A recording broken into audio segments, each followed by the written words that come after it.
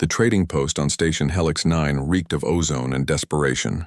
Eli Grant wiped the grease from his hands, surveying the rusted panels he'd been hired to repair.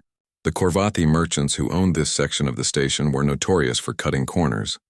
But even by their standards, the conditions here bordered on criminal. That's when he heard it. A low, pained whimper echoing from behind a stack of discarded cargo containers. Eli's footsteps echoed on the metal grating as he approached. What he found made his jaw clench. Chained to a support beam was a creature unlike anything he'd encountered in his 5 years working the Outer Rim. It stood roughly the size of a large mastiff, but that's where any resemblance to earth dogs ended. Its body was covered in matted bioluminescent fur that flickered weakly in shades of sickly green. 6 legs splayed at awkward angles. 3 eyes, one clouded and infected, stared up at him with something that looked disturbingly like resignation. Scales and fur battled for dominance across its hide, and a ridge of crystalline protrusions ran along its spine, several of them cracked or missing entirely. "Hey there," Eli said softly, crouching down. The creature, core according to the faded tag welded to its collar, flinched backward, chain rattling.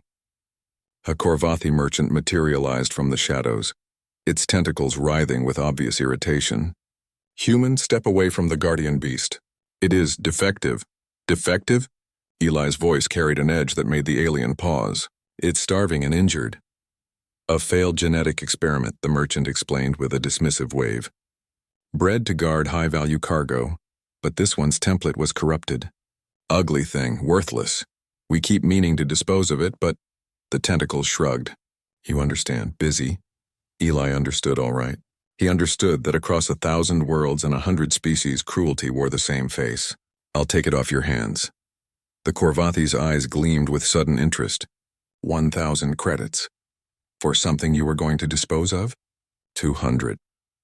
They settled on 400, and Eli found himself the confused owner of a dying alien creature that the entire station seemed to regard with disgust or pity. The other engineers laughed. The bartender at the transit lounge refused to let Kor inside. A Zentari diplomat actually shuddered when they crossed paths in the corridor. But Eli had grown up on the farming colonies of New Montana, where his grandfather had taught him a simple truth. You judge a creature's worth by what's in its heart, not what's on its hide. Over the following weeks, Eli devoted his off hours to Kor's recovery. He researched Korvathi genetic engineering patents, cross-referenced them with veterinary databases from a dozen species, and improvised treatments that made the station's medical officer question his sanity. He hand-fed Kor-synthesized proteins. He cleaned infected wounds with the same careful attention he gave to delicate circuit boards. He talked to the creature constantly, his voice a steady anchor in a universe that had shown it only neglect. And slowly, impossibly, Kor began to change. The bioluminescent fur brightened, pulsing in patterns that Eli eventually recognized as a form of communication. The clouded eye cleared. The awkward stance resolved into something powerful and deliberate. Most striking of all was the intelligence that emerged, sharp, observant, and deeply loyal. Kor followed Eli everywhere station regulations permitted, and its presence became a familiar sight in the engineering sections. Then came the pirates. The Kresh Syndicate hit Station Helix 9 during Gamma Shift, when staffing was minimal and defenses were slow to respond. They breached the commercial district with brutal efficiency, cutting through security drones like tissue paper. Their target was the Zentari diplomatic vault, which supposedly contained data crystals worth millions on the black market. Eli was in his quarters when the alarms blared. He grabbed his emergency kit and headed for the evacuation corridor, Kor at his heels. They'd nearly reached the safe zone when he heard the screaming, children's voices coming from the station's education center. Every instinct told him to keep moving. He wasn't security. He wasn't military. He was an engineer who fixed broken things. But then Kor looked up at him with those 3 luminous eyes, and Eli thought about what his grandfather would say about judging worth. "All right, boy," he whispered.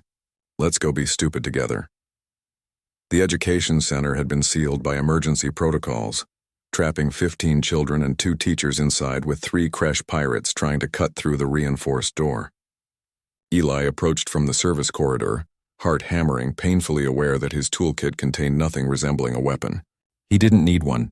Kor moved like liquid lightning. One moment the creature was beside Eli, The next it was among the pirates, 6 legs providing impossible agility in the confined space. The crystalline protrusions along its spine weren't decorative, they were weapons extending into razor-sharp blades. Its jaws, which Eli had only ever seen gentle around food bowls, revealed rows of diamond-hard teeth. The fight lasted 11 seconds. When station security arrived, they found 3 unconscious pirates, 1 terrified human engineer and a creature standing guard over a door full of sobbing, safe children. Kor's bioluminescent fur pulsed in steady, calming waves of deep blue, a color Eli had learned meant protected in the creature's unique language. The aftermath rippled across the galaxy faster than Eli could have imagined. News networks showed footage of Kor's rescue on loop. Xenobiologists who'd dismissed the Corvathi Guardian Beast project suddenly clamored for research access. The Galactic Council issued an official commendation. Most unexpectedly, the Corvathi Corporation issued a formal apology and offered to buy Kor back for an astronomical sum, citing their renewed understanding of the Guardian Beast program's potential. Eli's response was short and entirely human, not a chance in hell. 6 months later, Eli stood in the newly established Interspecies Animal Welfare Center on Station Helix 9, watching Kor play with a litter of rescued Zentari cubs. The center was funded by donations that poured in after Kor's story went galactic, and Eli had left his engineering job to run it full-time. A Corvathi scientist approached, tentacles arranged in a posture of deep respect. "We've analyzed the data extensively, Mr. Grant. Do you know what made Kor different? What allowed it to exceed every parameter of its design?" Eli scratched behind one of Kor's ears, earning a rumbling purr that vibrated through the deck plates. "You're asking the wrong question. You want to know what made Kor special, but that's not it. Kor was always special, always intelligent, always capable." He met the scientist's compound eyes directly. "The question you should be asking is, what made you unable to see it?" The scientist departed without an answer, but Eli didn't mind. The galaxy was slowly learning a lesson that humanity had figured out millennia ago, back when they first domesticated wolves in the cold of Earth's ancient nights. Sometimes the most extraordinary beings come in the strangest packages, and sometimes all it takes to reveal their true nature is for someone to see them, not for what they look like, but for who they are.